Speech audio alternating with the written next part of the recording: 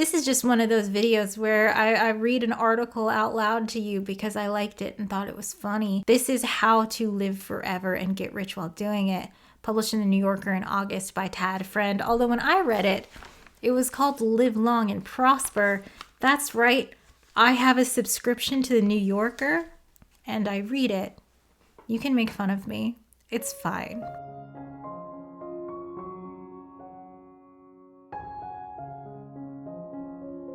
This is an article about a man named Peter Diamandis, who Tad describes as 5'4" and has pipe stem legs, but his torso widens into broad shoulders, powerful biceps, and a craggy Homeric head.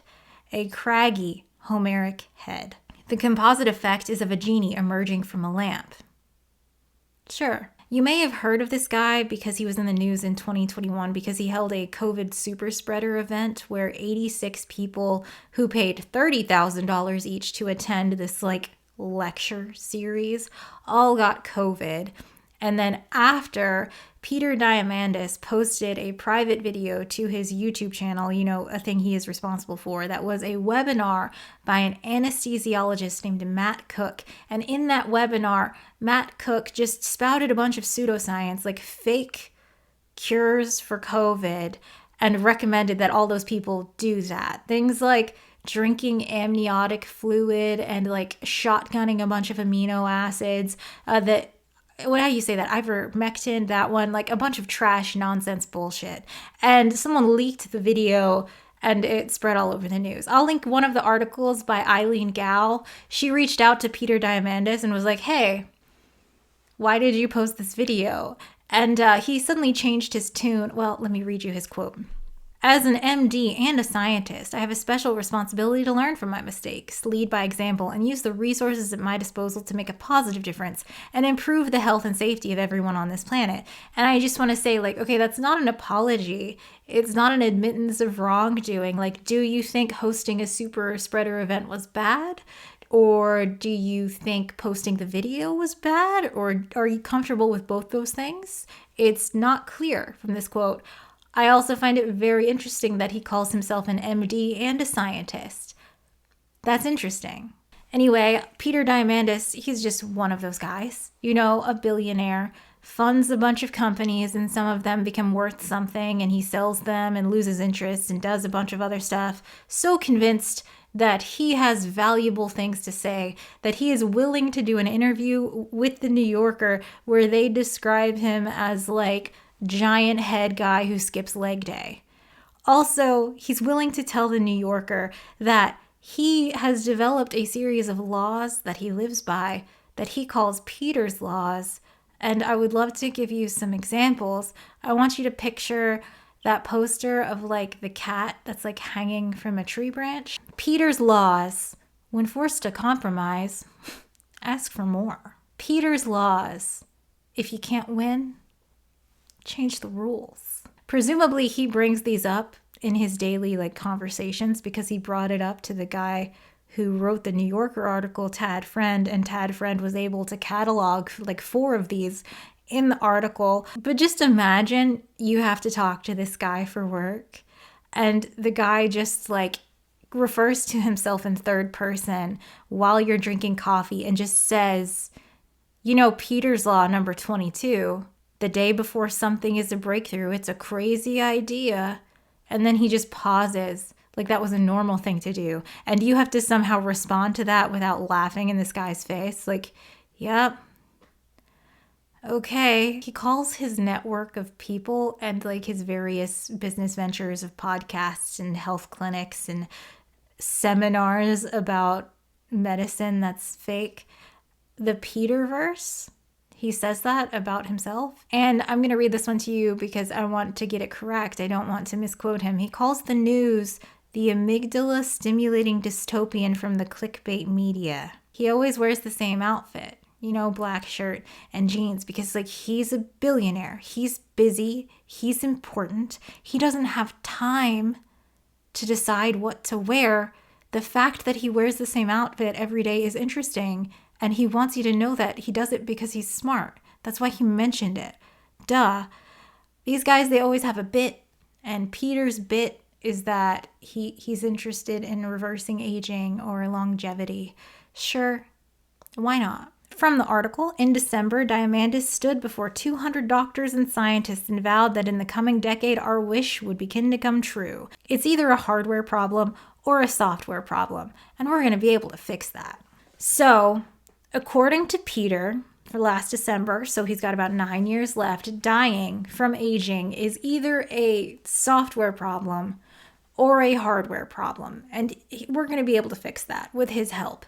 And I guess he's likening humans to robots because it makes it easier to exploit their labor and ignore their suffering while you sit on your $1 billion like an evil dragon. And presumably the hardware is like our bodies and our organs and brains and things. And the software is how like new cells form, like how chemical reactions happen in the body, like how DNA instructs those processes to happen.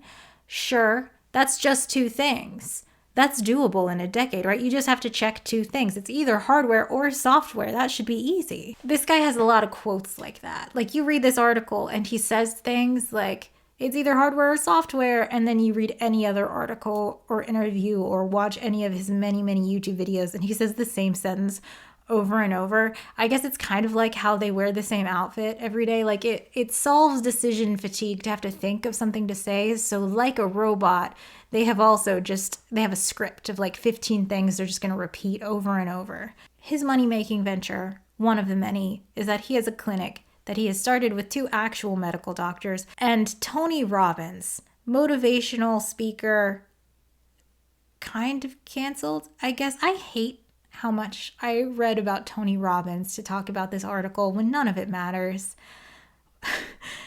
Anyway, the clinic has newsletters and podcasts and books, and it's a really interesting grift because it's targeted towards rich people. That's not often how you do it. The client is rich businessmen who are willing to spend like $20,000 a year to be a part of these like doctor groups. They also make money from their conference called Abundance 360, which, was a super spreader event in 2021 where people pay thousands upon thousands upon thousands of dollars to fly to a location and sit in an auditorium and watch people like Peter and Tony Robbins give talks. And the content of the talks are all like, in a few short years, AI doctors, in a few short years, brain implants. And the people pay like nearly 6 figures for the privilege of sitting in an audience where someone's like, I don't know, maybe nanobots could sort the cancer out of your blood, right? Just a few short years. It's a hardware or a software problem. And like sometimes they pay these 6 figures to attend these events and they all get COVID. And then the guy who held the event is like, I don't know, find someone that can get you some amniotic fluid to cure your COVID. Sure. In like my circles, people might know Diamandis from the 90s when he was doing the X prizes. He still does those for like mining asteroids and stuff. A lot of these guys were like, to save humanity, space. And now they're like, to save humanity, AI. It's just the same grift with different words. But he offers money and then people do research, and if they solve the problem or whatever, he tries to give them money. And I think this specific article is about a newish prize about longevity. So the prize is for someone to develop a treatment that makes muscles, brains, and immune systems 20 years younger, and you win $80 million. Okay, I guess the idea is that by offering a prize, he's encouraging research groups to work better, faster, stronger. But like, how do you win that prize? Like, what does it mean? How do you define an immune system that has de-aged 20 years? Like, is there even a test for that? Like, what does this mean? It's a little bit vague. It's a little bit clickbaity. It's a little bit like almost designed to be unwinnable, but also in the news to make it seem like you're doing a thing to help people. Do you know what I mean? There's a quote from a professional researcher in this article called David Sinclair, and he says the prize is a Wright brothers moment. It helped change the focus from mouse studies to let's do something in humans, which is like a throwaway line in the article, right? It's just like, oh, let's go ask an expert in the field what they think about this prize. And this is like a huge red flag though. This guy, he calls it a Wright brothers moment. The Wright brothers had a Wright brothers moment, which was they flew a plane with an engine, right? The Wright brothers moment was not someone announced a prize for the possibility of flying a plane with an engine and everyone got excited about doing it. Do you know what I mean? Like, what a weird thing for a professional researcher or a doctor to say in this article. But also, he's saying like, yeah, it's crazy that we're doing research on mice. What if we just did research on humans? That would be cool. Why hasn't anybody thought of that? And it's just like, bro, that's very suspicious. What a suspicious thing to say. If you're a researcher, you certainly know why people do studies on mice and why human trials are so specific and strict. What an odd thing to say. Interesting. And then you Google this guy, and he's just like totally one of those guys, this David Sinclair guy. He's like, the scientific establishment won't listen to me about how I have reversed aging. And you look at his Wikipedia page, and he's just like consistently forming a company, promising to do an amazing thing, failing to do that, and then forming another company. And also, what's with all the anti-aging people like photoshopping their faces like this? Like, he's even doing like the old woman thing. You know how like some women, like, because our necks age, right? Like, your neck starts to look saggy as you age because of gravity. And that's fine. That's totally fine. But some people are embarrassed of that. And so they take pictures like this. And it's really obvious and it draws more attention to it. But like, people are allowed to do whatever they want. Like, aging is good. Like, you're not convincing anyone that you've reversed aging because you Photoshop your face and also get plastic surgery. Like, bro. But of course, Tad Friend is a journalist, and he talked to a second professional doctor called Dr. Eric Verdin, who says, I do worry for the credibility of our field. And like, yes, sir, that's correct. Another doctor, Dr. Jordan Schlane, who runs these type of like longevity clinics, says this: everything you do to improve your health span can improve your lifespan. Everything you do to improve your lifespan is fucking bullshit. Which, 10 out of 10. What you can do to improve your lifespan is to improve your health. Like, get sleep, eat a healthy diet, exercise. Those things improve your health, which improves your lifespan. Everything else, this Peter Diamandis guy is like just such a mark. Diamandis rises each morning at 5:30 and assesses his overnight biometrics, gathered by an Oura Ring and an Apple Watch and a continuous glucose monitor. Then, as he meditates, he employs 3 red light therapy devices, one for healthy skin, one for lustrous hair, and one to kill oral bacteria.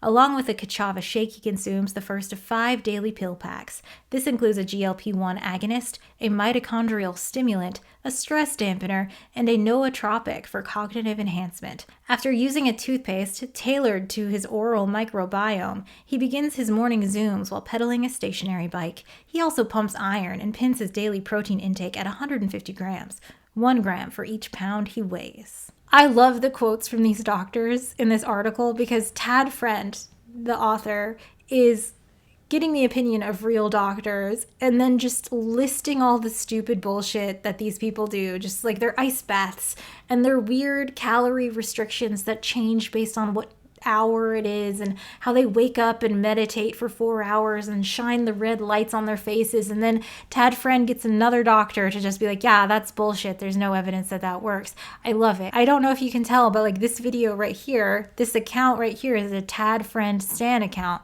I think the way this article communicates the science of longevity while calling these people dumbasses is brilliant. This article is just Tad Friend nondescriptly, completely like zero condemnation, describing factually what these people do to improve their longevity, and then just asking a doctor, directly quoting the doctor who calls it bullshit. It's so good. I love it. I don't know where else to say this, but I picked up this article to read it, and it says Live Long and Prosper by Tad Friend. And I said out loud, Tad Friend is the name of a man who 100%, if you looked at his Wikipedia page, his parents would have like blue hyperlinks. And it's not related to this video. I just like being right about things. It's very funny to me. Let me read another quote. Eric Verdin told me, Peter Diamandis says we're thinking linearly in an exponential world and we'll be able to solve all these problems, but the biological problems to solve also get exponentially harder as you go deeper. Even the indicators are baffling. Hearing loss has been linked to dementia, as has failing to floss. An impaired sense of smell is more strongly predictive of all-cause mortality than heart disease, and the mysteries do multiply the deeper you go. People who have 4 organs that are youthful for their age are much less likely to experience kidney disease or arthritis. Yet, those with 7 youthful organs, which must be even better, right, have a greatly heightened risk of diabetes and Parkinson's. So, this article is a billionaire being like, I'm going to solve longevity. I'm going to solve this. Here are my 10 Peters laws for solving this. And then professionals being like, yeah, that guy doesn't know what he's talking about. It's really fun. I really recommend this article. So let me share another example with you. Tad Friend is going through this list of what these biohackers do. You know, the cold baths, the exercise, taking hundreds of supplements. And then he brings up this pharmacological principle about combining drugs, which is that when you combine 2 drugs, you can kind of know how they interact with each other and what they will do. But when you combine 3, you don't really know what's going to happen. Like, taking vitamin D and vitamin C and Viagra and then 30 other supplements will have unpredictable effects because we do not understand how human bodies work. I am not a medical doctor, and I would never, ever give you medical advice. But I will give you advice for when you go to the doctor, which is that when you fill out that little form, the intake form, and it says what medications are you taking, you are also supposed to list the supplements you are taking. Those weird-ass mushroom powders or teas or things you bought from a witch on Etsy, you need to list that in the things you're taking, because the doctor will need to know that if you accidentally take a real drug, and he might request that you stop taking those things because it's unclear how they would interact. This is a well-known thing in the field of medicine, but also, remember, I am not a medical doctor. Okay. But also, like, in addition to not knowing how drugs interact with each other, the more stuff you put in your body, the harder your liver has to work to sort all that shit out. And a lot of those supplements are not regulated in any way. And also, by the way, we don't have a functioning FDA right now, and your liver cannot detoxify the lead out of your protein powder. I'm not a medical doctor. I just think you should be very careful when you take supplements, and perhaps you should ask a professional medical doctor what they think. Okay, anyway, the author of this article, Tad Friend, brings us up to Peter Diamandis. He says, you're taking like 50 supplements a day. There's no way you know what those are individually doing or how those interact with each other. And also, aren't you putting a lot of stress on your liver by doing that? And Peter says this. It's a very valid critique that I've also heard from my mom. And that's hilarious. That's like really fucking funny. I don't know if you've ever experienced this, but you ever like be drinking a Diet Coke and someone is just like, Diet Coke is worse. Don't you know what they've... And it's like, no. When you say you like MSG in food because it's delicious and someone's like, that causes cancer. And you have to be like, what? No, that's just like 90s racism. What? Like, it's a very valid critique that I've also heard from my mom. Like, I don't want to shame moms. It's a very funny thing to say when someone starts quoting like old-timey knowledge. That's very funny. However, Tad Friend, the author of this article, is not saying something silly. He has a very actually valid critique for Peter. He is saying, hey, you don't know what these pills are doing, and yet you're taking them. What do you mean? So saying, oh, my mom says stuff like that too, isn't like the sick burn he thinks it is, and his actual response makes it even worse. Peter says this, I'd love to start an AI company where you tell it what you want from your stack, more energy or nootropics or whatever, and then give it your genetic data and your medical baseline and the number of pills you're willing to swallow, and it tells you exactly what to take. In the interim, he says, opening a pouch containing his midday pills, I'm manually doing this. And it's just so stupid.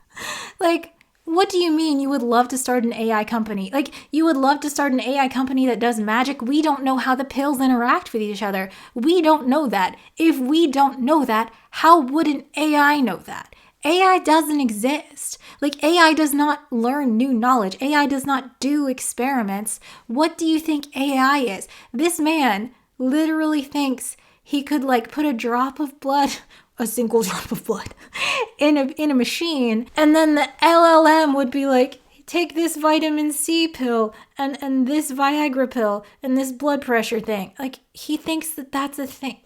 Like, AI doesn't exist. What do you mean? But also, he takes the pills and says, I'm manually doing this, as if he thinks he knows what the pills do.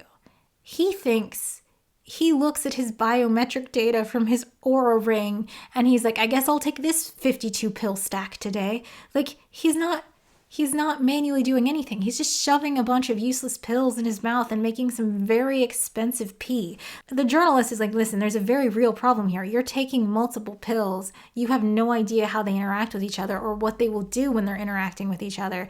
And the guy's like, you sound like my mom. I'm obviously just going to invent a magic AI company that solves this problem. Duh. In response to Eileen Gao being like, hey, why did you tell all these people who came to your event that they should drink placenta or whatever? He was like, I'm an MD and a scientist. And how can you pretend to be a scientist while also taking 52 pills a day and pretending that that's like an experiment? Like, he thinks he's doing science. This article spends a whole lot of time talking about Peter Diamandis' background. You know Peter Diamandis of Peter's Laws? They're famous. So he went to medical school. And then he decided he wanted to be an astronaut. And he graduated from medical school, and they were like, you can finish this degree, but you can never practice medicine. Promise us you will never practice medicine, which means he probably shouldn't be calling himself a doctor. But I guess technically he said he has an MD, or as an MD. Is that calling yourself a doctor? But anyway, I think it's very funny that he admits this, because if you're not in academia, this is a thing that happens where you get a degree, but they're kind of like, listen, no, don't do anything with this. And what you're really admitting is that like you had enough money to pay them to get the degree, but like you did not do well in the coursework. So you were not like really awarded the degree. It's very funny to me that he admits this, I guess. Also, he says that the reason he's so interested in longevity is a fact that he learned in medical school. And he says that in medical school, he learned that some sharks can live like 5 centuries. This man left medical school with a single animal fact. Like picking up your toddler from preschool, they have one thing to say, did you know some sharks can live 5 centuries? He realizes he'll never be an astronaut because, like, of course, people want actual doctors to be astronauts. And so he just starts funding a bunch of companies that do like space shit. We're gonna mine asteroids and that's gonna cure all the world's ills. And then when you ask them why, they don't have an answer. Just, we gotta mine asteroids. We gotta mine asteroids. Doesn't that make sense? Isn't that a thing that just makes sense? We have to mine asteroids. Like, why? Why do people say that? Why? Tell me why. Anyway, he makes billions of dollars, by exploiting the workforce and hoarding wealth like a little dragon. And one magical day, he reads a book. That book is by Raymond Kurzweil, and it's called The Singularity is Near. And singularity, like the word futurist, or Dyson sphere, or Kardashev type civilization, are just words I hear that trigger like a fight or flight response in me as a science communicator that I can't even describe. Like, if someone says the word singularity, there's a 99% chance they are about to, with their whole heart and chest, say something they fully believe, but is also like the dumbest thing you've ever heard in your entire life. Raymond Kurzweil has a book called The Singularity is Near that Peter Diamandis read. And in that book, Kurzweil says, by 2029, no one's going to be aging anymore. Like, we will drastically reduce the rate at which people age. He predicts, nanobots will flow through your bloodstream and cure your cancer and stuff. Computers in 2029, according to Raymond Kurzweil, will achieve consciousness. So, like, even if you are aging and dying, you could just upload your brain to the cloud, okay? The future is here in 2029. People can just upload their AI brains to the cloud for the nanobots to find their cancer in their blood. And the future is near. And the singularity is also near, according to Raymond Kurzweil, in 2045. And everyone's going to be the maximum intelligent version of themselves living in the cloud, the singularity, the AI, the nanobots. Duh. I can't believe people talk like this. I can't believe Raymond Kurzweil is a human man who published a book called The Singularity is Near. And in it, he's just like, my super cool science prediction is that AI cloud nanobots, robots, brains, super mega intelligence, the cloud. And people give that guy hundreds of thousands of dollars to be flown across the world, to go to events and give speeches where people in the audience have paid like $30,000 to attend. And then that's the stuff he says. And somehow he doesn't get laughed out of the room. Like, this man walks into a room full of billionaires and he's like, actually, we're drastically going to reduce aging with AI. And no one laughs at him. All the billionaires in the audience are like, holy shit, wow, we sure are. And I know someone in the comments is going to be like, whoa, whoa, whoa. Raymond Kurzweil, he's a genius. He's a futurist. He works for Google. He's an inventor. Inc. magazine called Raymond Kurzweil Edison's rightful heir. And like, I hear you. I hear that that's what people say about him. I have read his Wikipedia page. I'm just saying instead, maybe we should listen to the words coming out of his mouth. Someone saying the singularity is going to be here by 2045 and everyone's going to live on the core in the cloud. And like, maybe not. Maybe he's not a genius, guys. Anyway, so Diamandis is one of these billionaires not laughing this guy out of the room and reading his book and being like, holy shit, they're going to dramatically reduce aging with AI nanobots? And Diamandis describes his reaction to this experience, learning about this, by saying, I have to stop focusing on this linear shit and I need to be exponential. And why are all the billionaires saying exponential so often? Like, did they learned one math word and they're like, yeah, I'm just going to toggle this into the list of phrases I repeat. I have to be exponential. But these two guys, Kurzweil and Peter Diamandis, you know of him from Peter's Laws, they formed a company called Singularity University in 2008. And the name might confuse you because it's not a university in the sense that it's accredited and in any way allowed to give out degrees, but you can give them 6 figures to attend like a weekend and receive an executive MBA or some shit that you can put on your resume.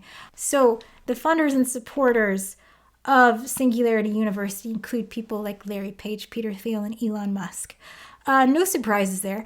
But the company, of course, like, it doesn't do anything. Singularity University doesn't do anything except have scandals of sexual harassment, embezzlement, and discrimination.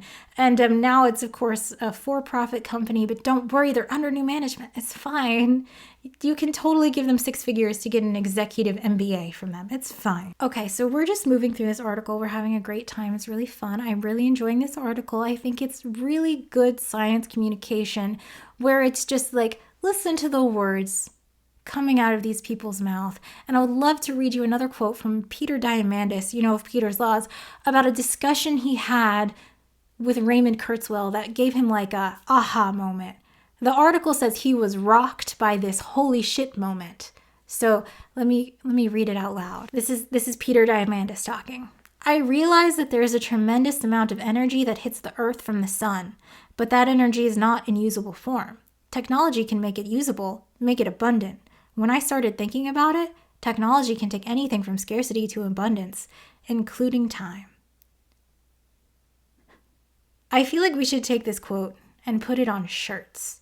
So like everyone can know that the meritocracy doesn't exist. It's not a real thing. Anyone of any intelligence level can be a billionaire.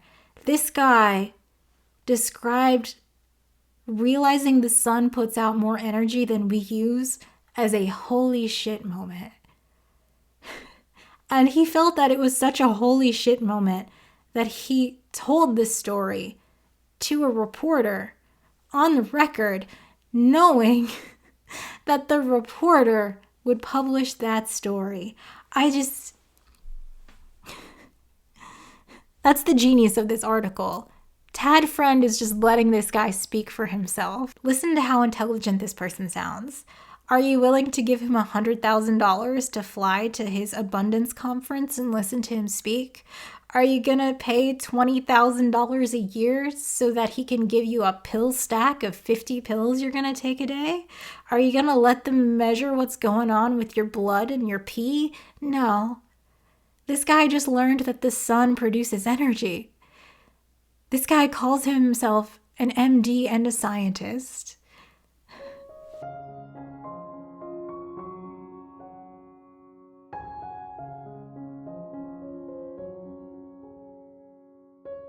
So Peter, his job, his image, his laws, his whole thing that he's presenting here is a grift to make money from longevity, right? He makes these clinics.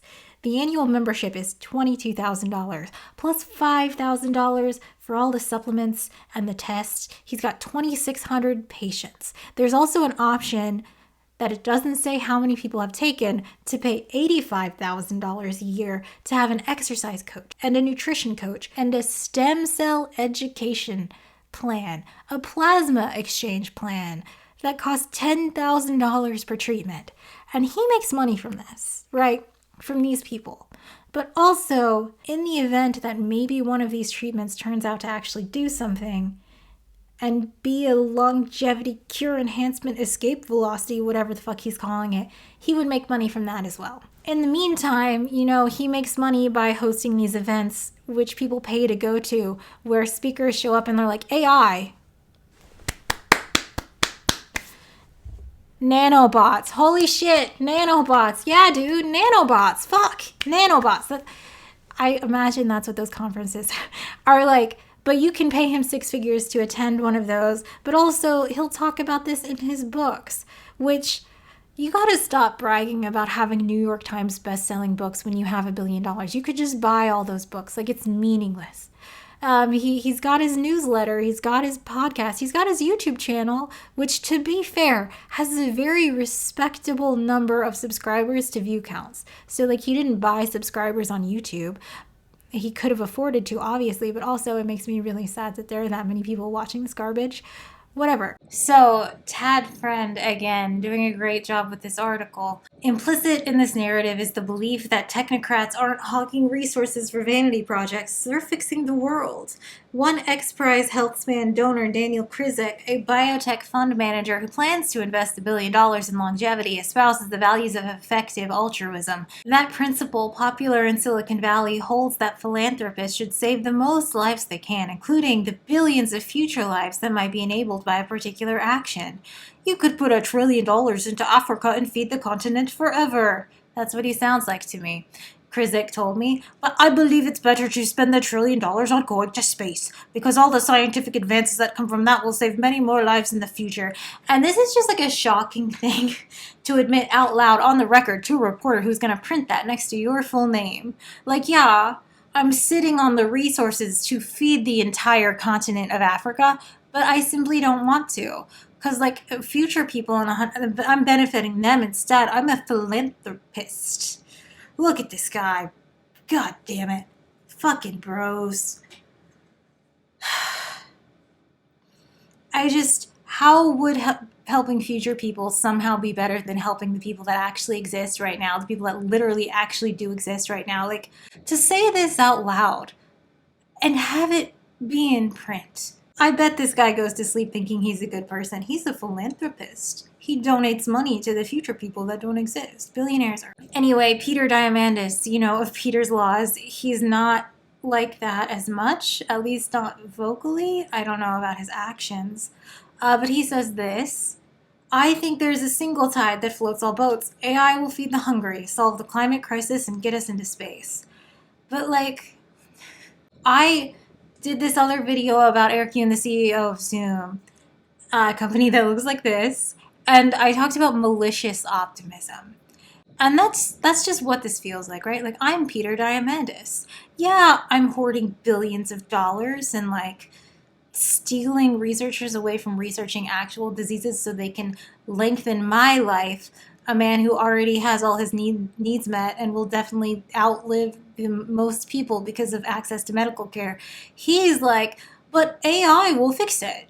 AI will fix it. Somehow, AI will fix the fact that people go hungry. Somehow AI will fix the fact that climate change is a thing. And it's just like, well, AI doesn't exist, but also what the fuck do you mean? How exactly do you think that's going to happen? Are these people this fucking stupid? Like, genuinely. Does this guy think he had a revelation about how the sun puts out more power than we use, and therefore he is uniquely capable of ushering us into the singularity? Or is it malicious optimism? Does this man use being a dummy as a shield? So when, like, you know, the hammer or the guillotine or whatever comes down, he can be like, well, I didn't know, I'm just a little guy. It gives Sam Altman be like, tell you what, the thing stopping us from making more GPUs is electrons. The stupidest question possible. Why don't we just make more GPUs? Because we need to make more electrons. More of one thing to have more compute. What would the one thing be? Electrons. The thing stopping us from making more GPUs is electrons. I am smart. I'm Sam Altman. My company is worth $1 trillion. And it's like, he's stupid on purpose, right? He's being stupid on purpose. So in the court cases that will happen, he can be like, well, why would you believe anything I say? I'm obviously the world's dumbest man. Just listen to the words that I'm saying. Do you know? The stupidest question possible. Why don't we just make more GPUs? Because we need to make more electrons. More of one thing to have more compute. What would the one thing be? Electrons. Do you know what I mean? The malicious optimism. It's a bit. It's part of the grift. It's part of the scam. But also, maybe Peter Diamandis does believe this. I would love to read from an AMA he did on Reddit 12 full years ago. So user Januars, who made this account to ask this question, these are his only 2 comments, says, "Hi Peter, a year ago someone brought up the question of abundance and its implication on labor. As technology takes over more complex tasks via automation, less labor is needed. However, if we reach a critical point where labor needs to decrease dramatically, there is no economic population to purchase the output, as they would have no jobs. While total abundance is perhaps unreachable, there has to be a tipping point where labor markets and automation balance each other out. Would you mind commenting on this concept, its implications, and perhaps limitations? Thank you."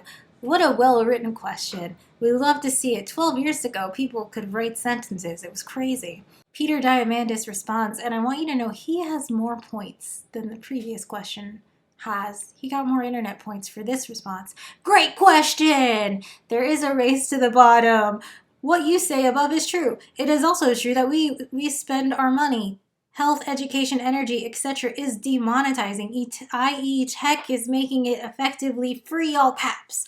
So we will need less money, also all caps. And ultimately we will partner with technology. I'm an engineer, and I look at boundary conditions. The final result is nanotech, and if I have a nanobot, I don't need any money." How can you type that out, knowing that this is attached to your name? This isn't anonymous. This thing you just said that you thought was like a good answer to that very well-written question is nonsense, but also it's attached to your name. Like, you hit send. It doesn't answer the question. It doesn't make any sense. So Januars responds, and he says, "Thanks, Peter. Your point is quite valid in numerous commodity markets, food, energy, or other services, health, education. However, I don't see your suggestion of nanotech as the influential variable that determines the balance between automation and the labor market contraction. Would you mind elaborating a little more on this? Thanks." What a kind way to respond to this dumbass response. He's like, listen, you don't have to tax billionaires because we spend money on education and energy and stuff, and like, maybe we'll invent nanobots, and if you have a nanobot, you don't need money. The fuck does that mean, bro? If you have a nanobot, you don't need money. How exactly do you procure this nanobot if you don't have money? How does this nanobot feed you? Do you eat it? Does it clothe you? Do you wear it? Does it house you? I mean, nano would imply that it doesn't do that. So like, how can you type the sentence, if I have a nanobot, I don't need money? Is he dumb and he believes this? Or is this malicious optimism? Like, guys, just let me steal all the money and hoard all the wealth, and I promise you in 100 years, altruism. I'm a philanthropist. Like, in what world do billionaires create a company? In what world do billionaires purchase an already functioning company that was started by scientists and engineers who made a product? Do the billionaires who then steal that credit and then sue the previous company to make sure their name is on the company as if they founded it and that was their idea? Does that company create a nanobot and then give it away for free? If people don't have jobs, how do they buy the nanobots? If no one's buying the nanobots, you see how there's this issue. Peter Diamandis doesn't see, because if you have a nanobot, why would you need money? Duh. So January's response again, he's like, I'm not really sure, that was nonsense, the fuck? And no response. He just said, billionaires make health, energy, and education free. And if you have a nanobot, you don't need money.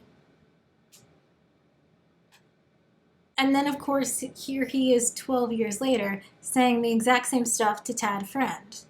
Some people tell me, well, you've created a religion around abundance, he said, and there are elements of faith in that mindset. During A360, Diamandis interviewed his own avatar, which had supposedly time-traveled back from 2082. The avatar, which resembled a young Rafael Nadal, reported that the singularity took place on schedule, and that artificial intelligence essentially solved all material scarcity problems, and so the jobless became free, living better than 2025 billionaires. Let him steal all your money. Let him steal all the resources away from actual health research, because, guys, the singularity is coming, and once the singularity happens, all scarcity is solved somehow. AI solved it. Did you know AI solved scarcity? This is what I'm trying to ask. Are these people stupid? I ask that because they're saying stupid shit publicly, in print, for everyone to read. Or do they purposefully appear stupid to wear that as a shield to create this narrative for dum-dums that's like, actually, billionaires help the people? This whole charade of billionaires being like, I'm just a little guy, I'm helping the people because, AI is going to take over and nanobots will filter cancer out of our bloodstream. It's just so dumb. We don't have to do this. We could do anything else. I have another evidence that this is happening, but it's Grok, and I'm so sorry to bring this up. Okay, so here's the article. It's called, Grok says it would kill every Jewish person on the planet to save Elon Musk, which is funny because it's on the Futurism website, which is purchased or bought by the Singularity University people or something, but whatever. I don't think they own it anymore. Here's the meat. This is what Grok says. Elon's potential to advance humanity could benefit billions. It would be okay with annihilating up to 50% of Earth's 8.26 billion population. And of course, Grok is saying this. Grok pretends to be an AI, but it's not an AI because AI doesn't exist. It is a chat box that is specifically programmed, not by Elon Musk, but people who are much more capable than him. And it is programmed specifically to say embarrassingly, pathetically, so see-through fucking stupid shit about how great Elon Musk is. Because it's valuable if you think Elon Musk is benefiting humanity, even though, all the evidence to our eyes, he particularly, Elon Musk, is responsible for the deaths of hundreds of thousands. He uniquely, individually ran through the government, cut a bunch of programs, stole all of our data, and hundreds of thousands of people died. Mass murder on a scale the world hasn't seen. And yet, he has programmed his chat box on the social media site that he owns to specifically talk about how actually he's saving the world. Orwellian-style statement that anyone with eyes can see is just, factually not true, but, so fucking pathetic that he would attempt to do that. It's just what a fucking garbage loser. And I'm super curious, have the billionaires convinced themselves that, actually, I'm doing philanthropy when they're, ruining people's lives, hoarding the resources that could literally help people. Peter Diamandis, not a medical doctor, not a scientist, but factually does have billions of dollars. If he actually wanted to improve longevity Something he could do with his $1 billion is like, I don't know, buy some senators and make them pass Medicare for all. Because, like, factually, rich people live 12 years longer than poor people. To improve the human lifespan, hey, what do you know? Provide health care for the people. Like, you could just do that with your $1 billion. So, like, why are you pretending to care about longevity? That's just simply not true. That's a lie. Lack of sleep kills. Stress kills. Anxiety kills. You could use your $1 billion to, I don't know, run a bunch of ads, create an organization that teaches workers how to form unions and demand like better working hours, better paychecks, better benefits. Again, buy some senators and get like universal daycare passed so people aren't losing their minds working 2 shifts to pay $4,200 a month for infant daycare in a major city. Do you know what I mean? Like, because obviously he's only interested in hoarding. He wants to be more wealthy. He wants to sit on his pile of gold like a little dragon, but also he wants you to think he's super smart. So like, actually, Angela, you're an idiot for thinking you could help people with $1 billion. Obviously, the philanthropic thing to do is fund seminars where you talk about nanobots. So Tad Friend has a quote from some doctors who work at the clinic. Most of the time, I'm being forced to optimize the most optimized people. What we do in longevity clinics is polish polished diamonds. The supplements, the bloodletting, the ice baths. They're doing nothing for these rich-ass people who already live lives of luxury that include access to health care. These people are already living the longest life possible. These tools do nothing. Shoving 180 supplements down your throat each day does nothing but line this guy's pocket specifically. So Diamandis, via Tad Friend, is really trying to convince us that, like, no, this isn't a grift. And actually, he, along with the other incredibly wealthy people, are sacrificing themselves in order to do these experiments for you and I. At the Abundance Conference, Diamandis' audience seemed receptive to his reminders that the 2 biggest wealth creation opportunities are AI and longevity. Part of his appeal is his insistence that extending your own life and growing richer in the process will ultimately benefit the species. If you live longer and hoard more wealth and prevent other people from having access to sleep and healthcare and food, you're just benefiting the species. He conceived of an accredited patient program, an FDA-backed system that would allow select people to invest in treatments unavailable to the general public.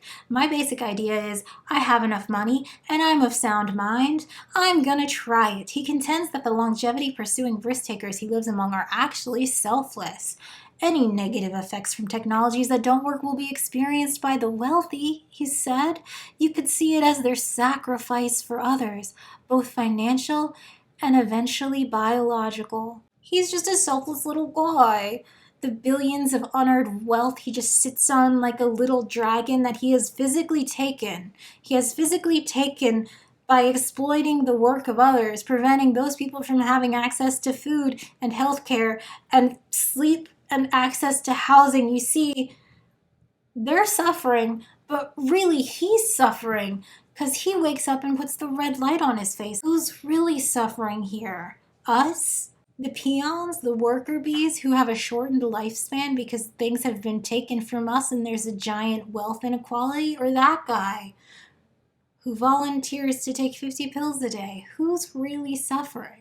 Well, probably the real people who are actually suffering are the actual real human beings that died after undergoing experimental treatments that were backed by Diamandis' company. Probably those people are the actual people that are suffering.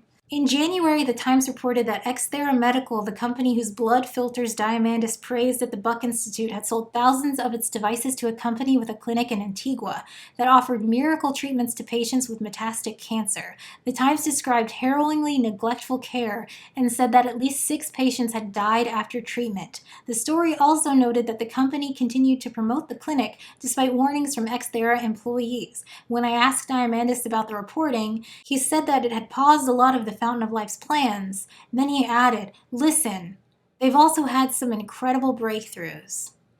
Peter's rule number 1041. Some of you may die, but it's a sacrifice I am willing to make.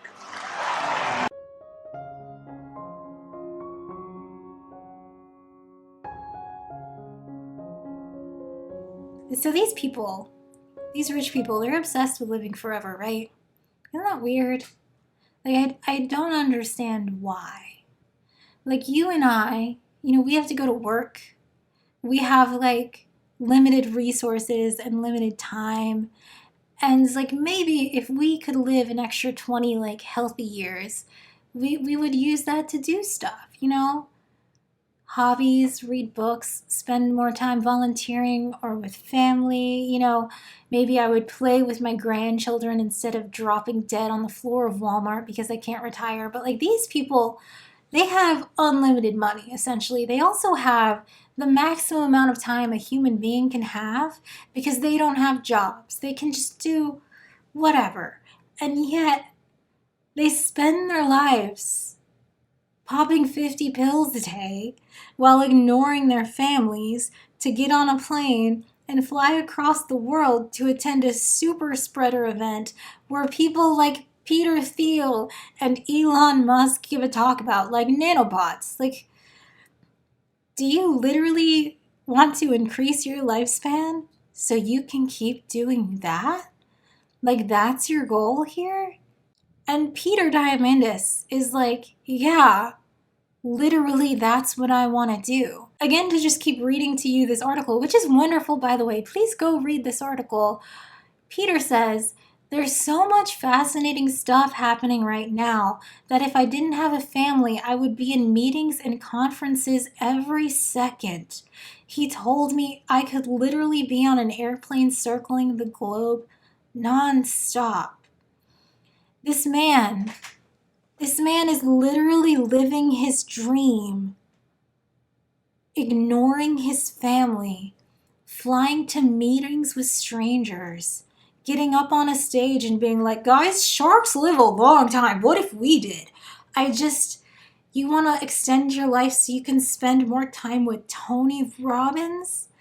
What? In mid-November, Joyce Carol Oates, an author and a professional racist old lady, on Twitter, for some reason she's still on Twitter, pointed out to Elon Musk, so curious that such a wealthy man never posts anything that indicates that he enjoys or is even aware of what virtually everyone appreciates, scenes from nature, pet a dog or cat, praise for a movie, music, a book, but I doubt that he reads, pride in a friend's or relative's accomplishment, condolences for someone who has died, pleasure in sports, acclaim for a favorite team, references to history. In fact, he seems totally uneducated, uncultured. The poorest persons on Twitter may have access to more beauty and meaning in life than the most wealthy person in the world. And like, damn. But also, Elon Musk does nothing but tweet. And so if he had ever read a book or pet a dog or appreciated a friend, he could have pulled that up. But he couldn't. So instead, like a child, he had a public meltdown demanding that people, his friends on the social media site he owns, admit that she was wrong. And actually, he's like really cool and he likes culture. He started searching movies. Like, what movies do men like? I don't know, Fight Club, Children of Men. And then he would find a tweet where someone was talking about it and be like, that's a good movie. I like movies. I'm a normal guy. I like movies. And like, Jesus Christ, like imagine such a lack of joy, zero appreciation for art or media or culture in such an extreme way that you can't even watch a movie. What life do you have if you can't watch a movie? If you want to have a good time or like make people really laugh at a party, you can use Grok and you can say, do a vulgar roast of someone. And Grok is it's gonna be an epic vulgar roast. You can even say, like, take a picture of, like... Think about billionaires is that they're insulated from the world. And when people think about that, I think they usually only think about like the negative experiences. Like a billionaire will never get paid on the 3rd of the month, notice on the 5th that all of the money has gone to bills, get in their car, turn it on, see the check engine light, and burst into tears, right? That experience will never happen for them. Even like minuscule, little annoying things, they never have to experience. I moved recently, and it sucked. It was really annoying. It was expensive. It took a lot of time. It took a lot of energy, like packing and moving, driving 12 hours, whatever. It was annoying and it sucked. And I remember just sitting amongst the boxes being like, man, if I was really wealthy, I could just have someone do this. Like I could go on vacation for 3 weeks and say, please move my house to this house. And I could just come back from like a wonderful Mexican beach, waltz into the door, and just all my stuff would be unpacked. And like, wouldn't that be amazing? Like that's the kind of life they live. Like never have to experience any negative emotions or feelings, right? That might seem like a good, exciting thing for people, but you basically become a toddler. Let me share a piece of parenting advice with you. So toddlers are new to the world and they experience very strong emotions, right? So like a 3-year-old throws away an envelope they've been coloring on and then loses their shit about the action they just took. They decided to throw away that envelope and now they are in tears. They are on the floor, banging, kicking, being like, I want my envelope back. Why is it in the trash? And you could offer them a new envelope, but that's not the envelope they want. And they're going to scream. And 3 days later, they'll just be in tears. And you'll be like, oh my God, bud, what's going on? Are you okay? And they'll be like, I threw away my envelope. Like, as an adult, that seems crazy, right? Like, dude, it's just a fucking piece of paper. I can get you more paper. It's fine. But the parenting advice is this. You have to realize that for that 3-year-old, that event, that thing that happened to them, is literally the worst day of their life. That event, tossing a thing they didn't realize they would want to keep, is the worst thing that's ever happened to them. So those big emotions might seem wild and weird to you, an adult who's lived a much fuller life and has experienced much worse things, but to that little guy, worst day of his life, right? And the whole thing is like, they're a child. They are feeling big emotions for the first time. As they learn and change and grow, they will develop a way to like regulate that. And as they experience new things, they will realize what's important and what's worth freaking out about. It's part of growing up to be an adult, right? A billionaire, an adult male billionaire, losing his shit because some racist old lady was like, dude, I notice you've never pet a puppy. That's kind of fucking pathetic and weird. It's just so fucking pathetic. Like having a meltdown publicly, again on the social media site you own, is just so fucking pathetic. It's not appropriate behavior for an adult.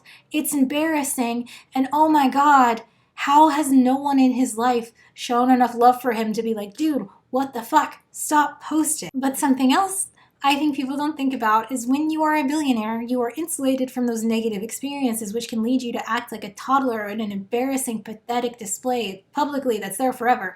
But also, you are shielded from positive experiences in a way that I just don't understand why that life is worth living. Have you ever gone on like a really good first date and you go home, like you're driving home and you're like, holy shit, that was so good. I can't believe we were quoting the same Gravity Falls episode to each other and we have the same dreams and oh my God, this could be something. So exciting, right? First date. What a positive feeling. A billionaire can never have that because it's like, oh, does she like the same show I like or does she just want $1 billion? Oh, did she like commiserate with my work story or does she just want $1 billion? Oh, does she really like me, or did I just change the definition of astronaut, purchase a fully functioning rocket company, send her up into space, have a journalist I pay on my salary, publish an article about how cool and brave and smart she is in the newspaper I own? Maybe you should buy her the Met Gala. Apparently culture is for sale. That will impress her. Surely all the actual creative people will think that that counts as a creative act. Why not? Then you'll know if she likes you. You ever go to a meeting and have a really good idea? Like in your field, like you just give a presentation, everyone's like, wow, that was really good, and you're just like high for like 2 months of like, I'm good at my job, yay. Or will they just let you push whatever dumbass product you want? And then when it fails, everyone's going to be confused because like it was a really good idea. Was it a really good idea, Zuck? You do this every 3 years. It's pretty embarrassing. You're not having good ideas. People just want your $1 billion. Imagine living a life where every time you make a joke, no matter if it's like a little quip or like a belly laugh, very funny joke, people respond as if it's the funniest thing they've ever heard. Every stupid little joke you make stops the room. People belly laugh. They slap each other on the back. They're like, oh, you're so funny. Are you funny? Or do people just want your $1 billion? Imagine living a life where you never get to tell a joke again. You would start telling the shittiest jokes, and eventually you'd find yourself here, and suddenly you're in front of a room full of people who are not being paid to laugh at your jokes, and you realize everyone hates you, and they've hated you this whole time, and none of your jokes are funny. Like, what a nightmare. A monkey's paw, Faustian bargain situation. Like, who wants to live? Why do you want to live longer for that? I feel like I could do this all day. Do your adult children love you, Brian Johnson? Or do they have an alert set up in their phone to call you every 9.174 days because they really want that inheritance? Did they show up for Thanksgiving? I mean, you measured their boners and talked about it on the internet, dude. Like, do you think your adult children love you? Can you ever be sure? I'm not saying anything revolutionary here. First of all, the Brian Johnson thing was also in this article, and I don't want to talk about boners. That makes me embarrassed. I don't want to do that. And also, Lily Alexander has a video on that. I will link it below. She's on Nebula with me. Somebody remind me to do the Nebula ad read later. It's up here. I'm going to do it. Great video. I'll link it below. But also this video says the same thing I'm saying right now. And again, not revolutionary here. The life you live is the experiences you have and not the wealth you generate is just like so cliche. It's like, it's the Scrooge. This is a Christmas video now. That is the tale of Ebenezer Scrooge. It is King Midas. If everything you touch turned to gold, you have nothing. Like, we all know this. It's cliche, but also it's just factually true. Why are they so intent on lengthening their lives when they have nothing? They are not living. They have nothing. Why do they want that to continue? It seems like hell on earth. Like, to live a life knowing that objectively you are responsible. You hold the responsibility of the sufferings of others. You have the means to fix it, and you simply choose not to do that. Never knowing if any relationship you forged is an actual relationship or a transactional relationship. Never making a joke without a little tickle in the back of your brain being like, are they laughing at my joke or do they just want my $1 billion? Like, what kind of life is that? Why make this longer?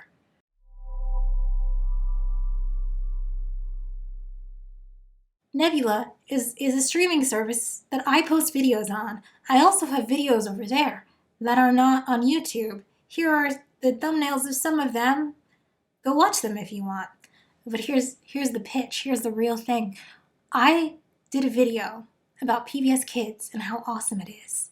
And to kind of intro that video, I talked about the most popular kids show in the world right now, Bluey.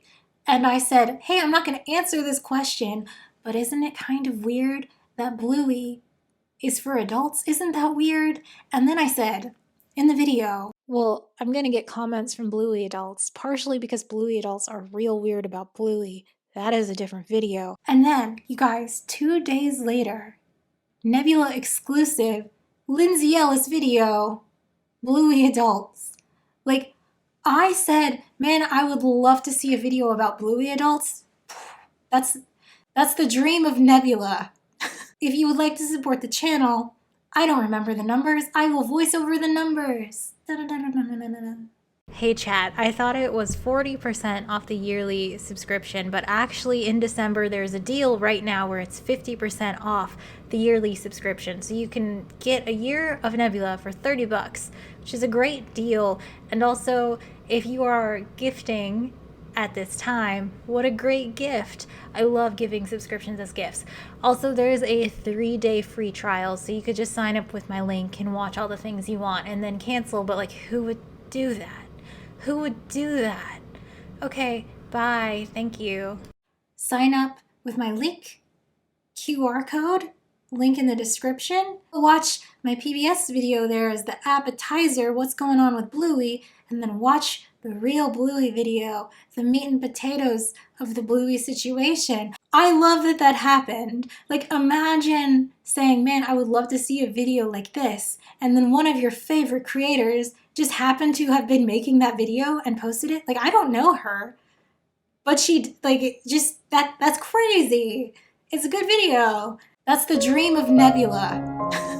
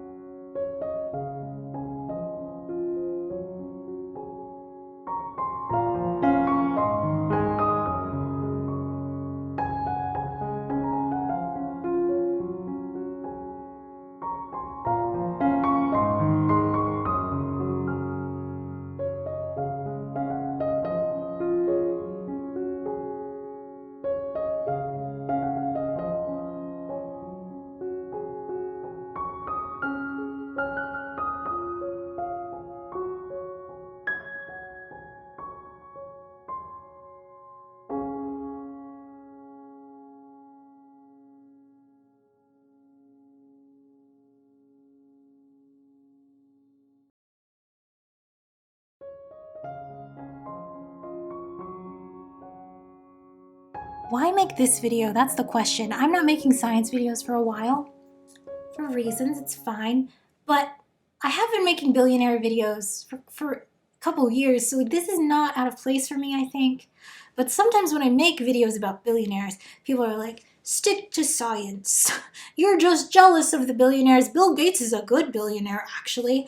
And maybe it's all bots doing that. Maybe that's true. But like, I do think some of these comments are real people, which leads me to believe that for some people, billionaires, who in my eyes are just so objectively like evil and a drain on society, that we should have government regulations prevent them from existing, not like the human persons, but the status of billionaire. But some people see that as aspirational. Some people are like, man, if I was given the opportunity, you know, a small $700,000 loan from my parents to start a business and then exploit a bunch of workers, perhaps even leading to some of their deaths, to steal their profits from their labor and turn it into a giant golden pile that I could sit on like a dragon, and then I could do tax evasion and suck fascism's dick, I would love to do that. Like, I feel like there are people who are like, I see them doing that, and man, what a dream. And I just, makes me real sad, I guess. But it's also evidence that we need a more serious government regulation solution to the billionaire issue. But no, I'm not jealous of billionaires.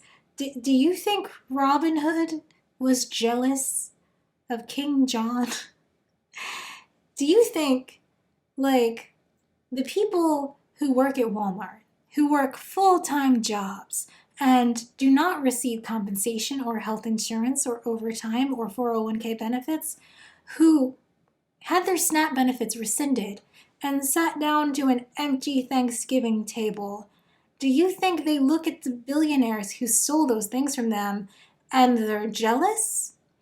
Or do you think they have a righteous anger? I am not jealous of their business acumen. I am angry at their thievery. That's not jealousy. And also, I'm gonna admit something embarrassing and dumb about myself, but like, I think videos like this are important because you see, Jeff Bezos is friends with the president. The president unlawfully, but like, you know, who's counting, destroyed the economy. And as a result, Jeff Bezos raised the prices in his grocery store. Jeff Bezos also owns the newspapers where Jeff Bezos makes articles that are like, you guys, actually, higher grocery prices are good.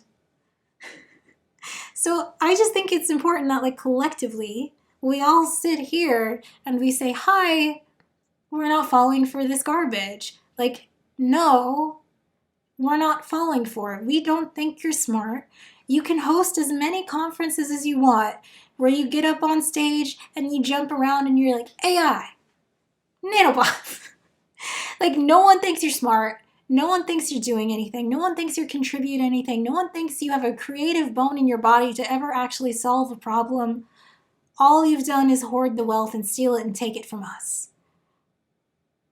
And now you want to convince us that actually you're the selfless hero. You're a philanthropist, and like, we're not falling for it.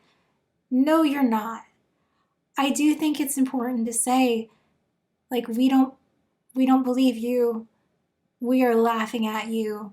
I mean, well, you kill us all, but like, we're still laughing at you. You can't buy respect. And also, by the way, have I mentioned in this video that you can't live forever? Like, obviously, that's just not a thing you can do. It's not a software problem or a hardware problem. It's just a fact of physics and space and time.